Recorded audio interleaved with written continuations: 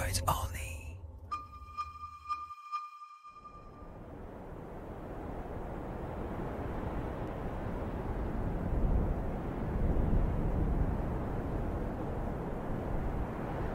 Dans le plus grand pays d'Afrique se cache une perle dont la nacre serait pure. Aussi pure que le plus cher des diamants du Botswana. La légende raconte que les rares étrangers l'ayant vue seraient rentrés chez eux bouleversés à jamais, avec pour seule obsession revenir.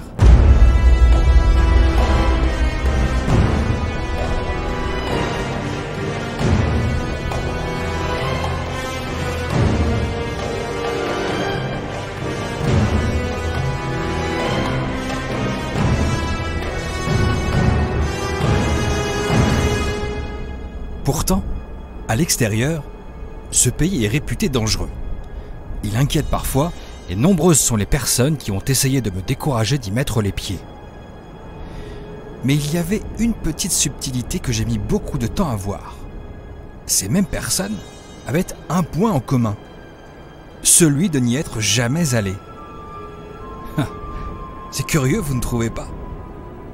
Qu'est-ce qui s'y cache que ces gens refusent de voir?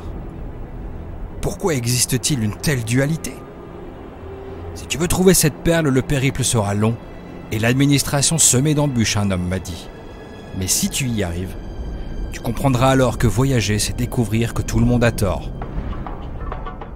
J'ai entendu de bien mauvaises choses sur ce pays du Maghreb. Et c'est pourquoi j'ai fini par faire mon pactage et charger ma moto. Je m'appelle Ben Blake et même si mon nom ne le dit pas, je suis français et je pars à la recherche de la perle d'Algérie.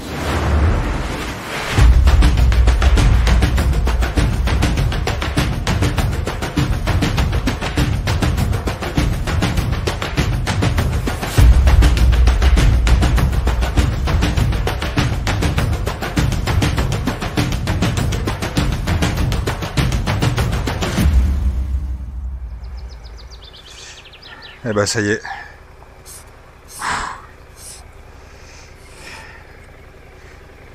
Il est 7h du matin. J'ai un peu de mal à croire que je m'en vais en Algérie. Ça fait des mois que j'attends. Des mois. Pour avoir visa, etc.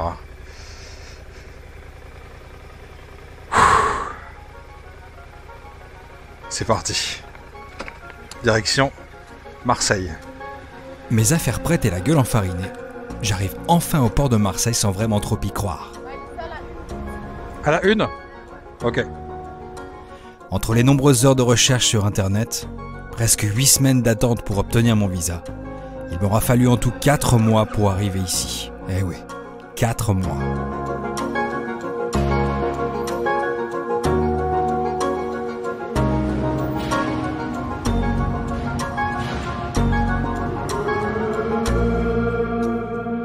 Je découvre un bateau très calme, hors saison. Un employé de la compagnie me dit qu'il n'y a que 70 voitures pour ce trajet, ce qui n'est rien comparé aux plusieurs centaines en été. Alors, je me sens un petit peu privilégié.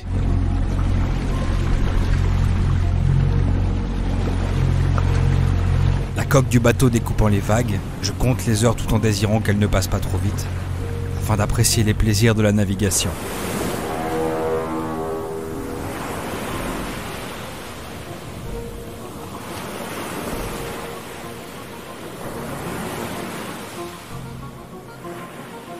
Plus le temps passe, plus je me remplis d'un sentiment faisant l'essence même d'un voyage. L'incertitude. Qu'est-ce que je vais voir? Comment sont les habitants? Et comment est cette Algérie qu'on m'a tant déconseillée?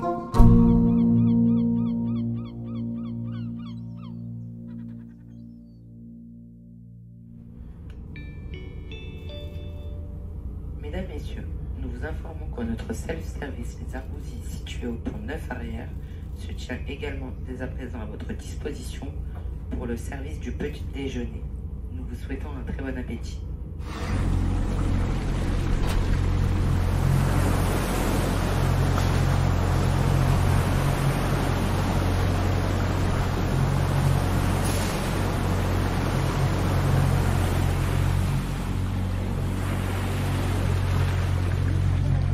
Après une nuit calme, beaucoup de questions encore sans réponse et 25 heures de trajet, je commence enfin à apercevoir au petit matin le mythique port d'Alger.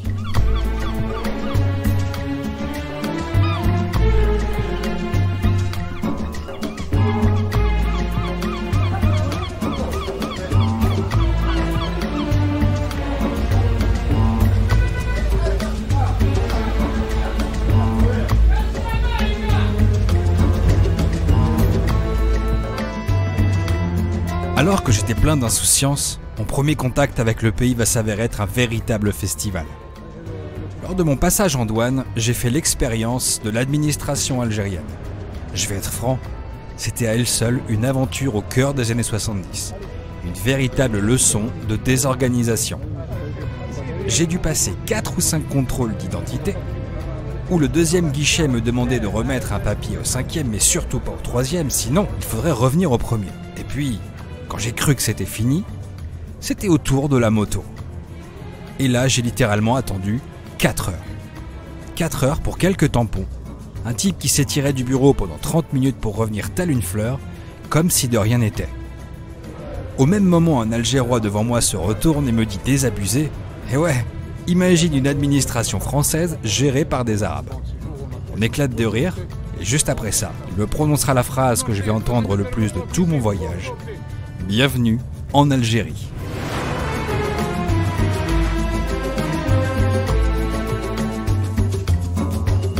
Je sors enfin du port avec une tonne de papier dont je doute de la réelle utilité.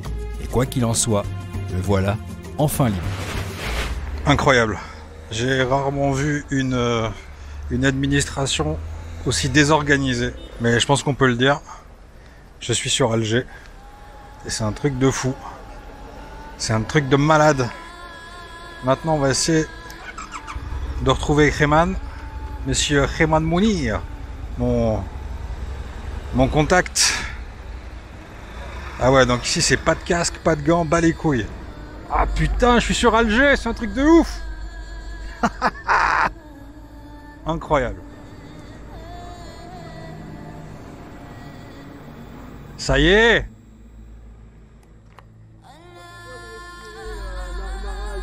Putain, c'est génial. Aïe aïe aïe. Ah ouais. Ça va bien? Enfin. Je te présente Mounir. S'il ne m'avait pas envoyé un message privé il y a quelques mois, je ne serais très probablement jamais venu ici. Véritable enfant de l'Algérie, il vit sur la capitale depuis longtemps. Il fait de la moto bien entendu. Et lorsqu'il a vu mon voyage en Roumanie, il m'a tout simplement proposé de venir visiter son pays. Et le problème avec moi, c'est que j'ai une forte tendance à accepter les invitations. On boit un coup rapide avenue El Ketabi à côté de la Grande Poste. J'achète une carte SIM et on part se mettre au frais pour préparer le début de l'aventure.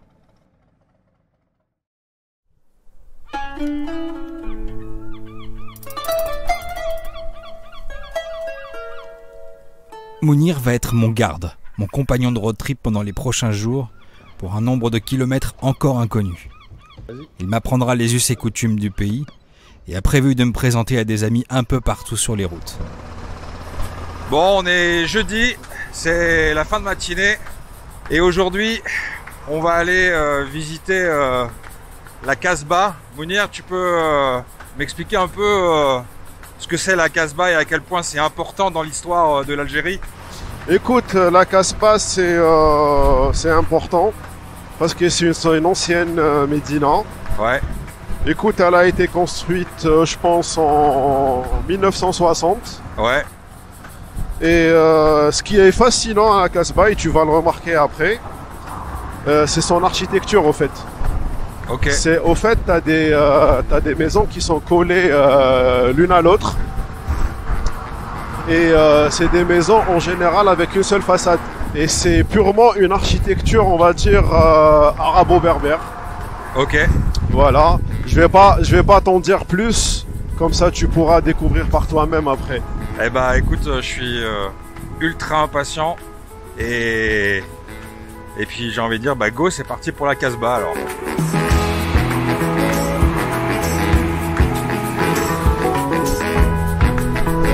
Bah, c'est vrai que la conduite, c'est à la one again. Hein. Non, mais c'est simple, frère. La priorité, c'est celui qui passe le premier, hein, je te le dis. Hein. Ah bah ouais, ça c'est clair. Hein. Vous avez entendu à la caméra, la priorité ici, c'est à celui qui passe le premier. Donc, oublie que t'as aucune chance et fonce.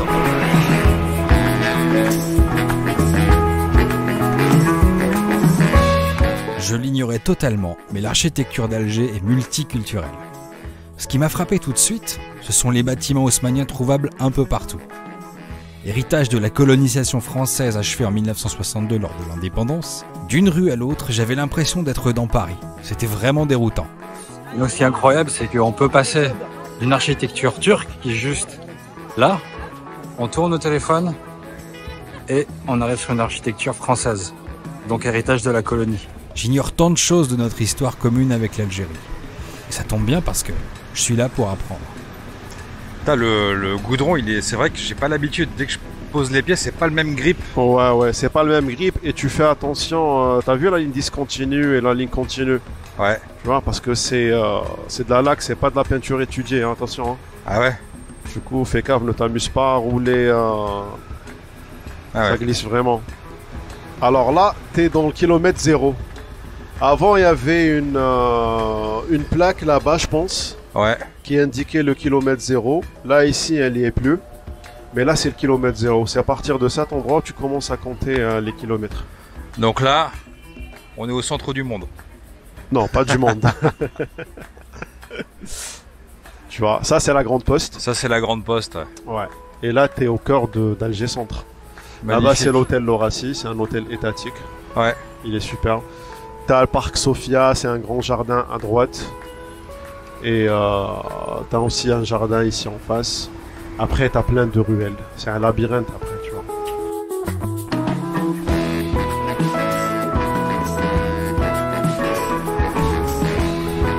Vous avez accosté là hier. Yes, je me souviens. ربي يحفظك خو ربي يعاونك حبيبي. Qu'est-ce qu'il fait? Ah, c'est pour nous. ربي يسترك خو. Merci, merci. Merci les hommes.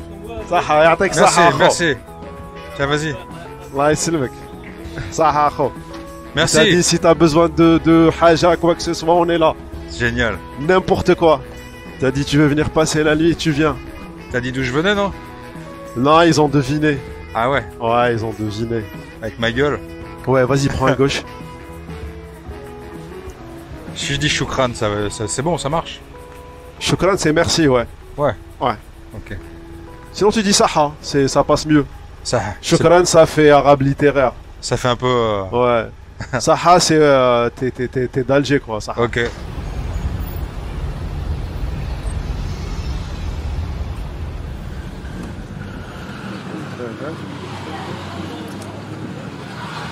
Mythe local, la Casbah ou citadelle en français est un endroit comme il en existe peu dans le monde.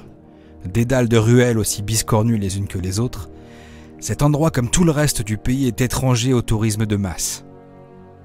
De mon regard, la Casbah semble être en travaux permanents, en constante évolution. Il y a autant de petits restaurants entretenus que de vieilles bâtisses sur le point de s'écrouler. Y accéder est parfois tellement compliqué que des ânes sont réquisitionnés pour récolter les ordures.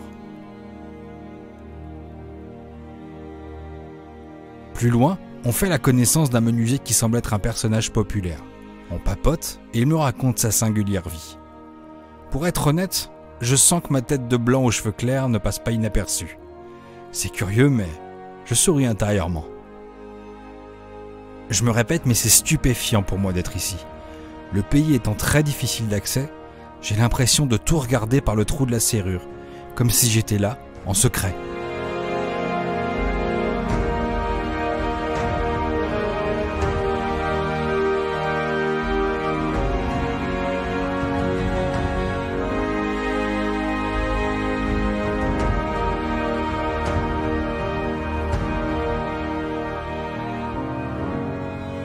On finit par déguster un repas typique sur les toits de la Casbah, avec une vue imprenable sur la ville qui semble ne connaître rien d'autre que les éclatants rayons du soleil.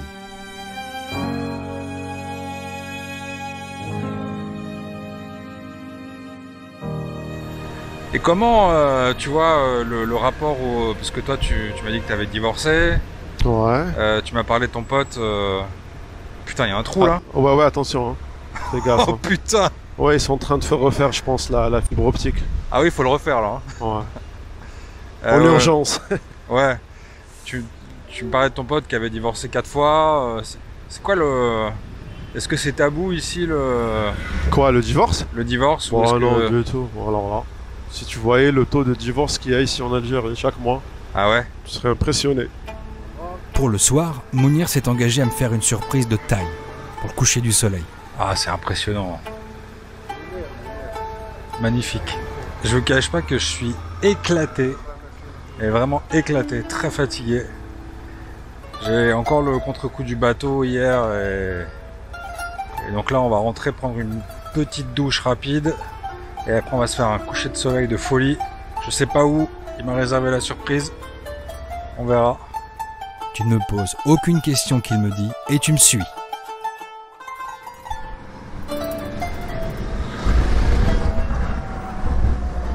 Et là, pratiquement, t'as que des villas coloniales.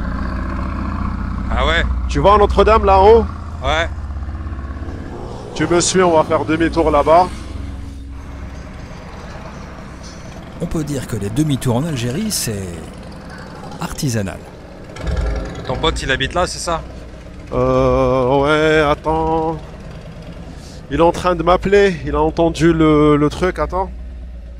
On retrouve son ami Lachmi, évidemment lui aussi passionné de moto. Bonjour. Bonjour. Enchanté, bonjour. Bonjour, bonjour. Ça va, ça va. Vous faites tous de la moto là? Oui, tous. Ah ouais. Je suis un novice.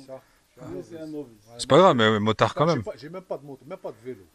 Je viens d'avoir mon permis. Ah, Là, je viens de l'avoir, ça fait un mois. d'accord. Et à la recherche la d'une... passion, mais La c'est un passion, amour. la passion est liée. Ça c'est bien. Elle y est. Ça fait plaisir. Je l'ai trouvé vraiment très sympathique et doté d'une élégance certaine. Au bout d'un moment, j'ai compris qu'on allait quitter Alger, mais de seulement quelques mètres. Avant de prendre le bateau, Lachmi me présente un homme qu'il appelle avec beaucoup de bienveillance, Ali le pirate. C'est un Magnifique. voilier, d'accord. C'est un voilier, ouais. Explique-nous, c'est quoi? C'est un voilier normal, quoi. Mais c'est dommage parce que normalement, j'ai pas de bateau prêt, quoi. Mais il est beau quand même. Bon, il y a ça, regarde, bon, Asmal. Explique. Improvise, Ali. déjà là, il y a ça. Ça prend combien de temps pour faire... C'est une activité bien. Sur un bateau qui marque des activités temtem, au bout d'une semaine, je le finis. Ah ouais. Au bout d'une semaine, terminé. C'est une activité, 8 heures par jour. Un de Josh. Il en a 2. Et après, je fais le traçage comme la coque. C'est magnifique. Tu vois ce que je veux dire? Et après tu les vends? Après, je les vois, bien sûr. Ouais. C'est son ouais. gagne-pain. C'est combien? Ça dépend. Pour les modèles. Ça dépend en fait la T'as taille. pas me demander 5 000 dinars, hein. 5 à 5 000 dinars. Hein. Ça fait quoi en euros ça? Ça fait Pour les 25 Ah, euros. bah oui, Chana. non, 20 euros. 20, 25 euros. ouais. 20-25 euros. Putain, pourquoi je peux pas le ramener? 20-25 euros, c'est fait. Bon, tu fais à main. Le fait à main. Un vrai métier d'artisan. Ouais, voilà les Alors, outils. tu Les repars- outils Asma, tu archaïques, Asma, hein. Tu vois, Asma, regarde les Asma. outils là, qu'il a. Ça, c'est intéressant. Fais parler de moi. Mais impossible de la ramener, je suis sur une moto. Ah ouais. Sinon faut trouver Moto, Démonter, tu dois démonter. tu peux pas démonter. non. Tu peux pas démonter, là. J'ai plus de place. Mais bon, Je suis full. on peut l'envoyer, y a pas de souci. Ah si on peut me l'envoyer, moi je t'en prends un. Bon, après, je vais te la ramener si quelqu'un part, il n'y a aucun souci. Allez, Oui. dis-moi quelque chose. Ça fait combien de temps que tu n'as pas parlé français? Oh, ça fait... Anda. Carlo, Non, mais je parle il a vécu en France à une époque. Mais oui, je lui ai dit Paris, il m'a dit ouais, à quel point Ah, et tout. tu vois, il a vécu en France Ah, non, tu sais, à une il- époque. Ouais. Moi, j'en ai beaucoup dans le 12e, mais là où je suis né... Il moi, l'est beaucoup. Ouais. Il l'est là, beaucoup. là où je suis né, dans le 92, à Nanterre. Ouais. Tu Ok. connais Nanterre? Bien sûr, bien sûr, bien De sûr. Valois à Besançon, Ouais, je connais. la Défense. Ouais, bien sûr. Ouais, ouais. En Je quelle suis à peu près à 5 km des Champs-Élysées. Et L'étoile. à quelle époque? Ben, moi, je suis né en 58, hein, j'ai 65 ans, quand même. Ok, Je tournais beaucoup à Paris, du côté de la Bastille. ok. Les rues Roland, je sais pas si tu connais. Bien sûr, c'est Ouais, chez bon, moi. tout ça, ouais. Non, pour ça on dirait. C'est un voisin quand Il y a- même. il y a T'as des trouvé un liens. voisin. Là, T'as vu les liens? Là, C'est là, dingue. là, là, C'est là, dingue, là, là. il y a une très grande liaison entre le rue Roland et Barbès. Bien sûr. Un homme de Barbès. hein. Oui, oui. Il y a trop d'arabes là-bas. Là, il y a trop d'arabes. là. Bah ouais. Allez, avec Sarah, merci beaucoup. essaye de faire de monter un peu ton, Ouais. ton film.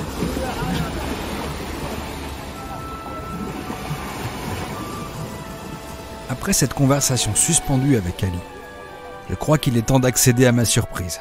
Et je peux te dire qu'elle va être de taille. Regarde plutôt.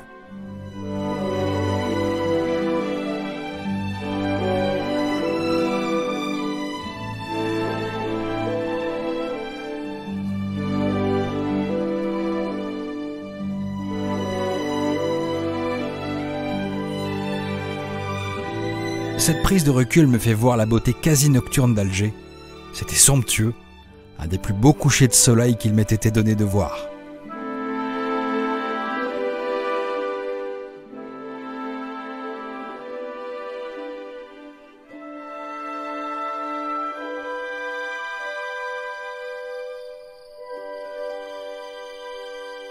Merci Mounir et Lachmi pour ce moment. C'était parfait. Cette première journée était vraiment très dense. Ce n'est que le début, parce que demain, on prend enfin la route. J'ai compris que mon voyage s'annonçait bourré d'étonnements. Mais ce matin va être certainement une de mes plus grosses surprises.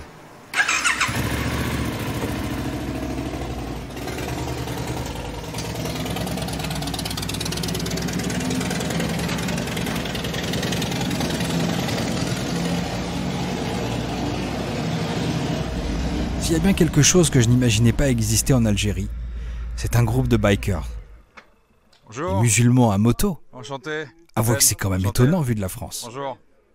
C'est bête, non? Bonjour. Mais finalement, pourquoi pas? Bonjour. Bonjour, Enchanté. je vois un message bas, vous êtes bienvenue en Algérie. Ah, merci, merci. Pourquoi Bonjour. dans mon imaginaire, Bonjour. islam et gilet Bonjour. en cuir ne s'associent pas? C'est bizarre. Pourtant, ils étaient tous là, équipés et stylés de la tête aux pieds. De mon côté, je passe pour un véritable ovni avec ma Suzuki, décorée façon Paris-Dakar. Le groupe fait son briefing matinal, tout le monde se prépare, et j'ai vraiment très hâte de découvrir le pays et ses routes. On va rouler avec eux pour la journée en direction de la ville de Boussaada. Et ce qui est sûr, c'est qu'on ne va pas passer inaperçu.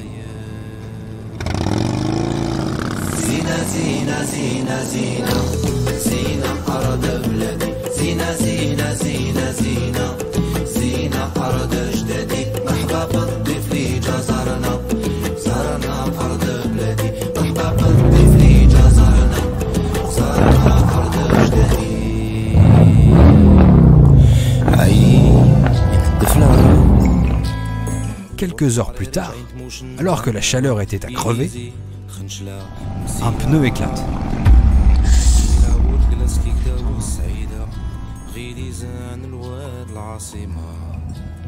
Bon, pas de bobo, et c'est le plus important.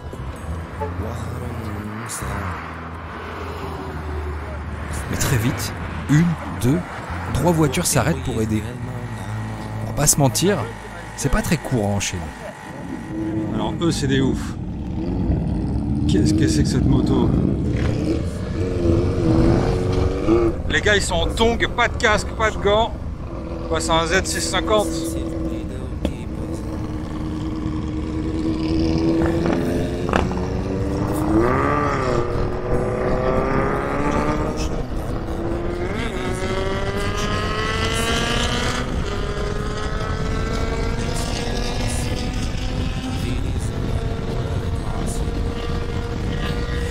C'est malade. Ils roulent à 150. C'est des grands malades, ils ont pas de casque, pas de gants, ils sont en tongs et ils roulent à 150.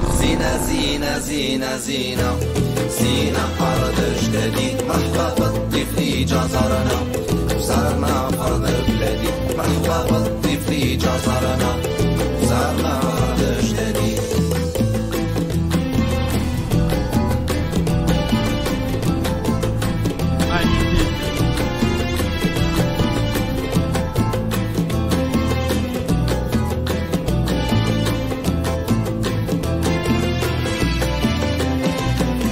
Le thermomètre affichait 30 degrés et pourtant, la chaleur était insoutenable et l'air tellement sec que je buvais encore plus qu'au Portugal et en Espagne. Après 5 heures de route, nous finîmes par arriver à notre hôtel.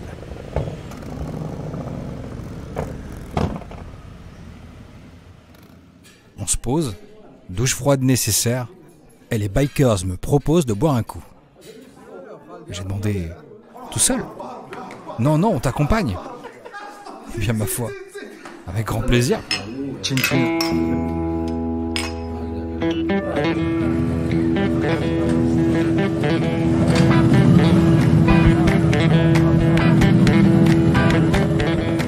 Il y avait des anniversaires dans la bande.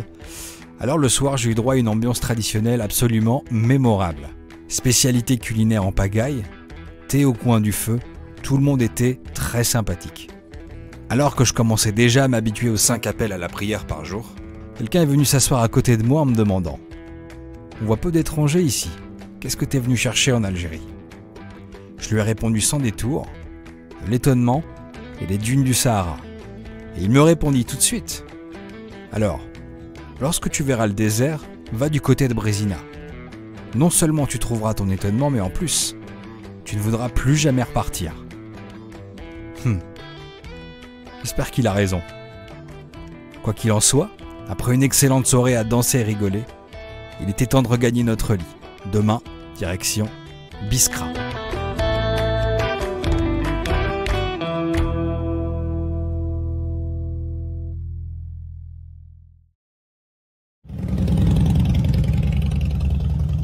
Le groupe devant regagner Alger, je poursuis ma route avec Mounir. Khaled, juste derrière, a décidé de nous suivre quelques jours.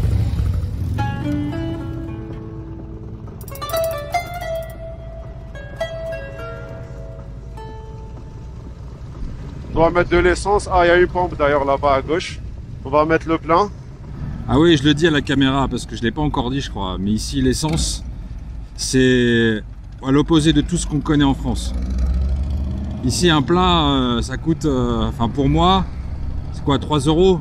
3,50 €? T'as les mecs ici, ils sont pas immatriculés, bas les couilles. Et personne les emmerde. Non. Surtout les petits scooters comme ça. Ouais. Et surtout quand tu sors d'Alger, c'est comme ça pratiquement. Ouais. En direction de Biskra, la chaleur, les rencontres et la démolition de mes idées reçues sur l'Algérie, ce sont les yeux pointés vers l'horizon que je commence enfin à prendre la mesure de ce que je vis. Écoute, là, on va aller vers une région qui s'appelle Tolga. Ouais. On va chez un ami à moi. Il a une palmeraie. Il cultive quoi dans sa palmeraie? Toute la région, il cultive des dattes. Tu vas voir, c'est impressionnant. Ah ouais. Toute la ville, elle est entourée de palmiers. Et c'est lui qui... C'est à lui tout ça ou c'est partagé avec d'autres Écoute, généralement, c'est des entreprises de famille, tu vois. Ouais. C'est familial le truc, ouais. Oh, il y a un chameau. Généralement, c'est ça. Comment? Un chameau. J'ai tant attendu et désiré les grands espaces qu'enfin, je pouvais embrasser l'absolu infini.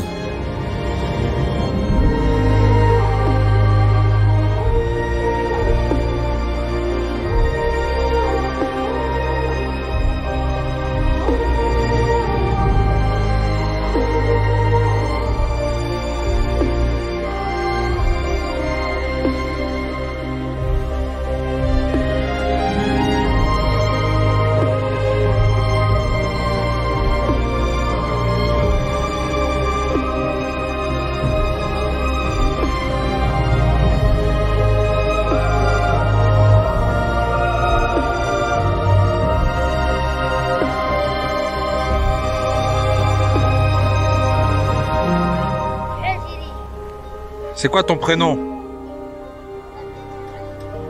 Ben. Toi?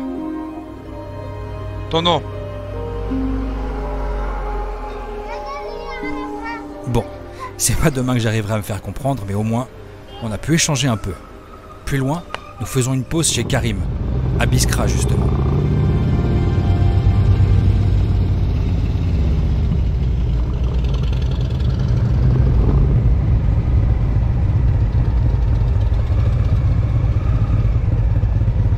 Situé à plus de 400 km au sud d'Alger, Biskra fut dès l'Antiquité un centre important de transactions et d'échanges. Les peuples nomades et guerriers de l'Afrique ancienne semblent avoir cette ville comme lieu de halte, de campement momentané ou d'habitat sédentaire. Rencontrés grâce aux réseaux sociaux, Karim et sa famille cultivent la date dans cette somptueuse palmeraie.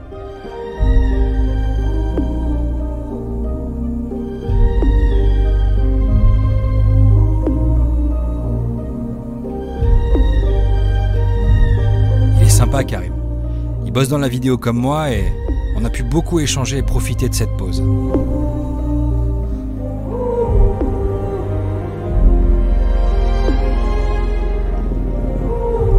Merci. On reprend la route en fin d'après-midi par des endroits plus cinématographiques les uns que les autres.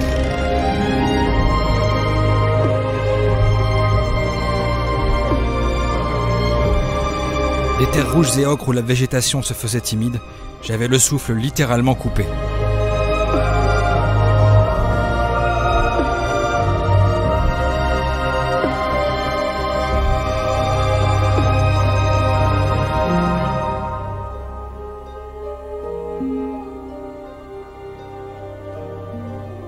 Ah oui, j'ai oublié de vous le dire, mais nos motos sont de vraies stars à peu près partout où on va.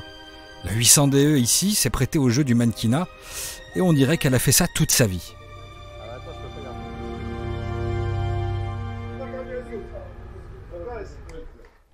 Salam alaikum. Salam. Salam. Plus tard, on a trouvé un gîte tenu par Azouz. Je ne connais pas son âge, je dirais qu'il devait avoir dans les 60 ans. Il était diablement gentil. Propriétaire des lieux, il a construit la totalité de son gîte de ses mains à partir de vestiges datant de l'Empire colonial romain. On a mangé comme des rois, bu du thé, et Azouz nous a même conseillé des endroits à aller voir. Alors que Mounir et Khaled étaient partis faire une balade digestive, j'ai eu le plaisir d'échanger avec mon hôte. Le garçon là tout à l'heure, c'est votre fils? Ah oui, c'est un fils, oui. Ouais. Il y en a, moi, 7. 7? 7 fils, oui. Il y en a 4 filles et 3 garçons. Ils sont tous ici? Non. Les autres, les mariés, les partis, les gosses et les mariés. Il y en a des enfants, des filles aussi, des mariés. Et ils vivent tous en Algérie ou ils sont... oui, ici, non, ici à l'Algérie. Ah ouais? Oui, ici à l'Algérie. Ah, c'est ma première fois en Algérie. Ah, la première fois, hein. C'est magnifique. Ah, c'est magnifique, oui. C'est magnifique. Ah, c'est magnifique ici, l'Algérie. C'est magnifique. Même Radaya, Boussaada, Roufi. Des anecdotes que je n'aurais pu entendre ailleurs. Le bruit des grillons de Gassira. Je me suis senti clairement privilégié ce soir-là.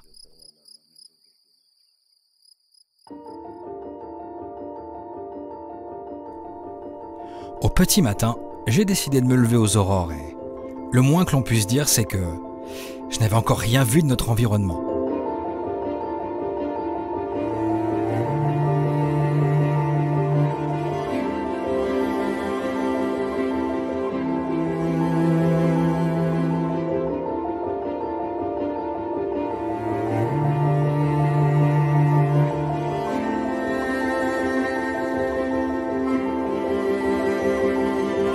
Merci beaucoup. Merci. Bon voyage, bon route. Merci.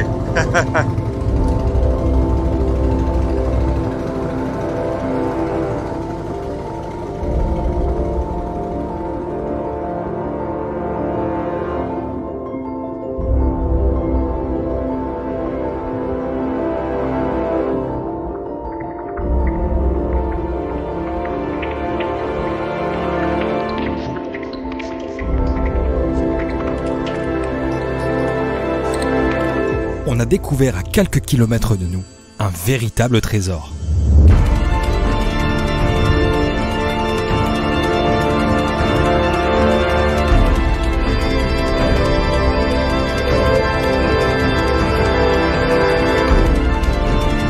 Le long canyon de Roufi a été creusé par le fleuve Abiod.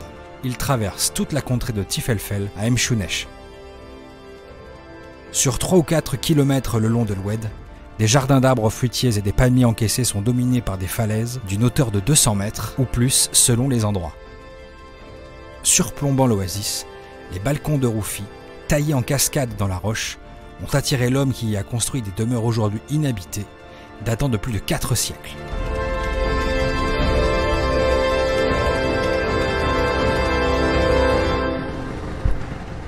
Moi je pourrais faire des routes comme ça pendant des heures et des heures.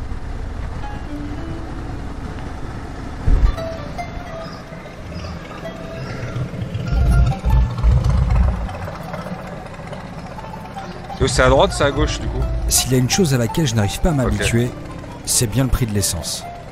3,50 € le plein change drastiquement mon rapport au voyage. À tel point que le budget carburant devient un point de détail du quotidien. Comme si je me payais un soda. Je l'avoue, pour moi, français, ça laisse plutôt rêveur.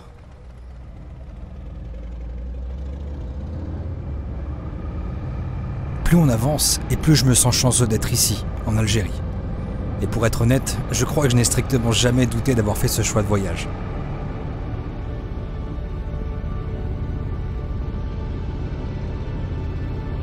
Surnommée la Pompéi de l'Afrique du Nord, Timgad est une cité antique époustouflante. Elle fut fondée par un empereur romain en l'an 100 et dotée du statut de colonie. Bâtie avec ses temples, ses thermes, son forum et son théâtre, la ville, initialement d'une superficie de 12 hectares, finit par en occuper plus de 90. Au vu de son excellent état de conservation et du fait qu'on la considérait comme typique d'une ville romaine, Timgad a été classé au patrimoine mondial de l'humanité par l'UNESCO en 1982. Je réalise la richesse culturelle et spectaculaire de l'Algérie, qui me semble pourtant totalement méconnue à l'extérieur du pays. Regardez ça!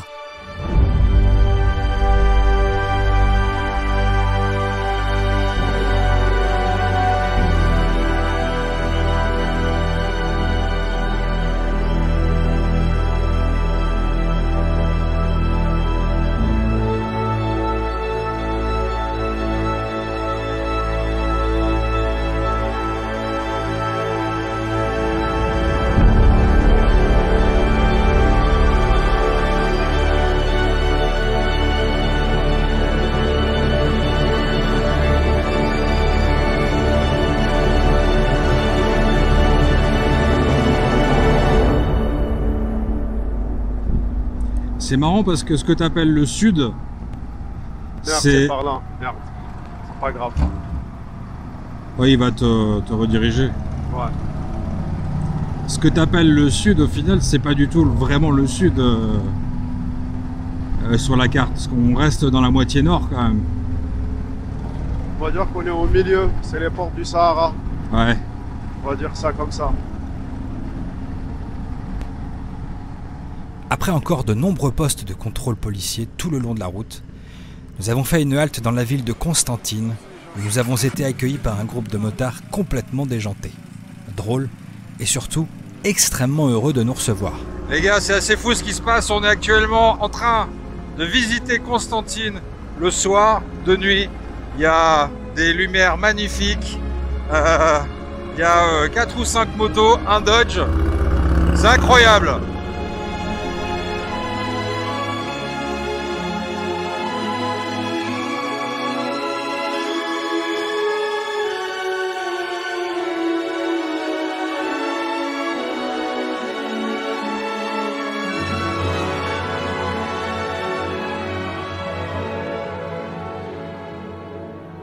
J'ai découvert la ville de nuit et je dois dire que ça a été une véritable expérience. J'aurais pu la surnommer la ville aux 1000 lumières. Et pourtant, c'est dans son architecture qu'elle est la plus impressionnante. Dotée de multiples ponts, d'un ravin gigantesque, je devrais me contenter de laisser mon imagination me faire rêver pour ce soir et suivre le groupe qui nous invite. On s'installe dans leur restaurant de prédilection sur les hauteurs de la ville, et franchement, je suis reçu comme un roi. Et j'ai été invité une énième fois. J'ai pourtant insisté pour payer, mais impossible. L'étranger ne paye pas. Jamais. Et j'en ferai si souvent l'expérience. Un infini merci à cet accueil. Ces motards tellement gentils. Je n'ai tout simplement jamais vu ça auparavant, où que ce soit.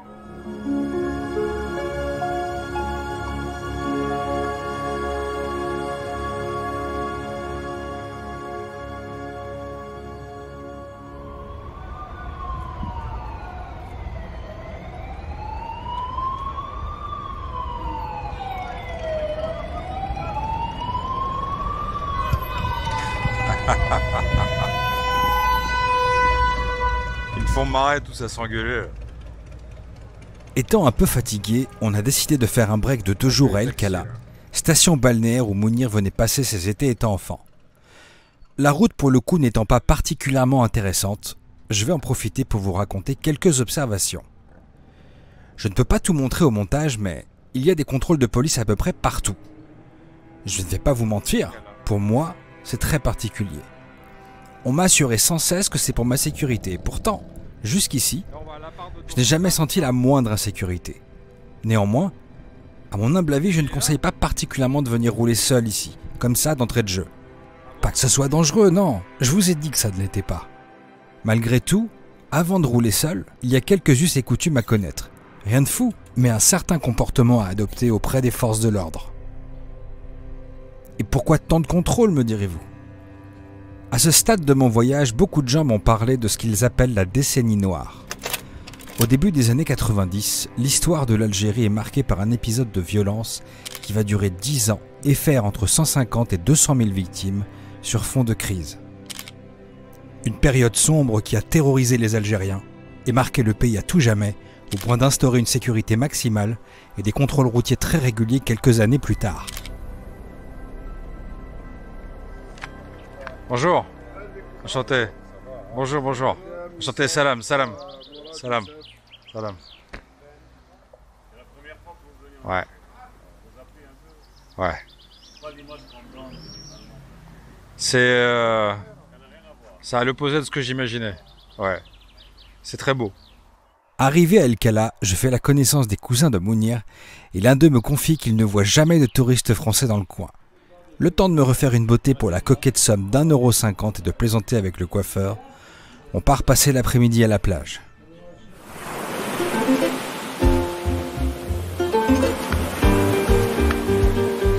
Ah là là là là là là. Ce petit coin de paradis là. Qu'est-ce que tu veux de plus? Je me souviens très bien de cette journée. La chaleur était étouffante à l'extrême et j'ai découvert que l'on pouvait rouler un peu partout. C'était normal, pas de restrictions et tout le monde s'en foutait. On a passé un après-midi au calme.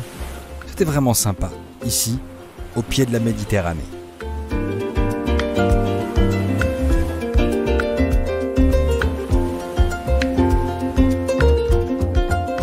Malheureusement, plus tard, on a dû rentrer en urgence à l'appartement prêté par le cousin de Mounir pour cause de... Elle est où la raclette? Eh oui. Ouais, c'est ce qui se passe. Faut savoir que dans le coin, l'eau est rationnée à cause de la sécheresse. Parfois, il peut ne pas y avoir d'eau courante pendant plusieurs jours d'affilée. Dès qu'un robinet ouvert est oublié, la situation peut vraiment être très compliquée.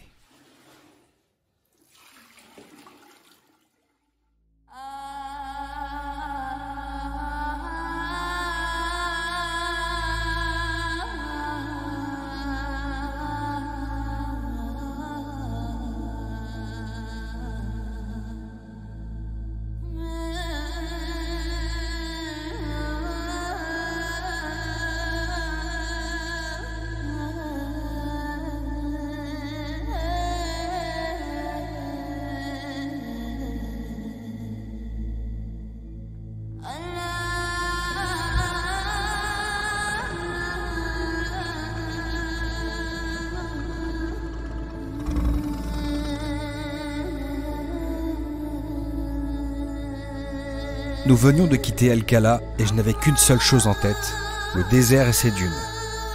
La ville de Brézina était mon but ultime à 10 heures de route d'Alger et il était hors de question que je quitte l'Algérie sans y aller. Mais avant ça, direction Annaba. Boune est l'ancien nom de la ville d'Annaba. En berbère, elle est appelée Bouna et elle est la 4e ville d'Algérie après Alger, Oran et Constantine. Elle fut tour à tour envahie par les Vandales, reconquise par les Byzantins et dirigée par plusieurs dynasties islamiques.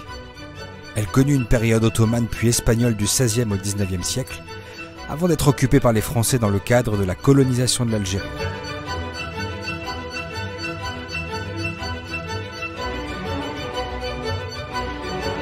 Mounir nous a prévu une nuit à l'hôtel Al Mutazza et ça promet d'être très sympa. Anecdote et pas des moindres, l'ex-chef d'État libyen Kadhafi a dormi dans cet hôtel quelques années avant sa chute. Un peu plus tard, dans une crique sans adresse, nous nous sommes reposés. Je songeais déjà à ce que j'avais vu, c'était fou. Je me rendais compte que la sympathie, l'accueil et l'empathie des Algériens surpassaient largement la beauté des paysages.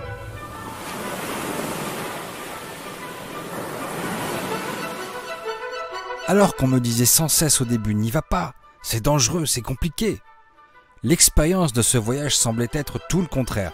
Et je vais vous confier quelque chose.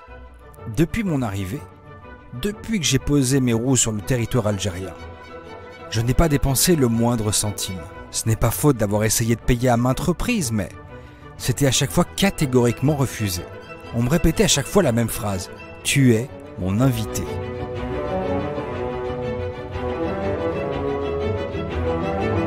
Plus tard, un groupe de motards est venu nous chercher à l'hôtel. C'était encore une fois un tout autre style, mais avec toujours des valeurs d'accueil remarquables. Après avoir mangé, ils nous ont emmenés voir la basilique Saint-Augustin d'Annaba, récemment rénovée grâce à un financement franco-algérien. Elle brillait comme d'une au soleil.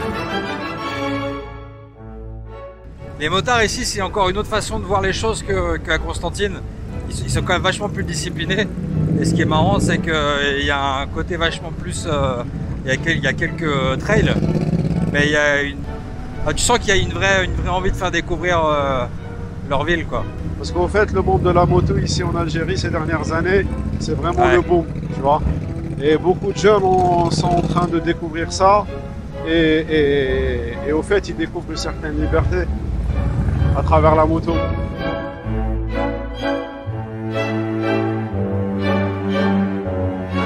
Et alors que tout allait bien... Bon, la moto de Mounir vient de se casser. En tout cas, il y a un truc qui s'est pété dans le moteur, d'un coup, comme ça. Bon, on était sur le point de terminer le road trip. Et ben voilà, c'est la fin, hein. C'est la fin, c'est pas une fin très positive. Mais ce qui est sûr, c'est que la moto, elle va pas bien là. Un gros souci.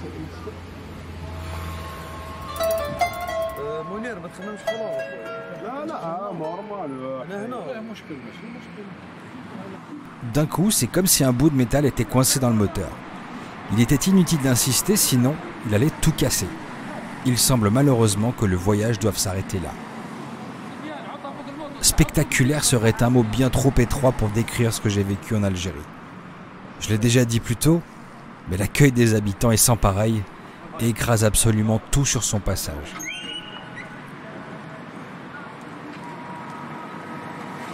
Attendez, je vais pas m'arrêter là. Je n'ai quand même pas fait 30 heures de voyage pour laisser tomber ici. Si ? Non. Au prochain épisode, tout va basculer. La panne de Mounir étant sérieuse, il sera forcé de rentrer sur Alger. De mon côté, j'ai décidé de repousser mon billet de bateau pour continuer à tracer la route jusqu'au désert en solo. Mais alors que je pensais avoir vu les plus beaux paysages de l'Algérie, j'étais bien loin d'imaginer que le voyage ne faisait que commencer. Oh là là là là! Stupéfiant!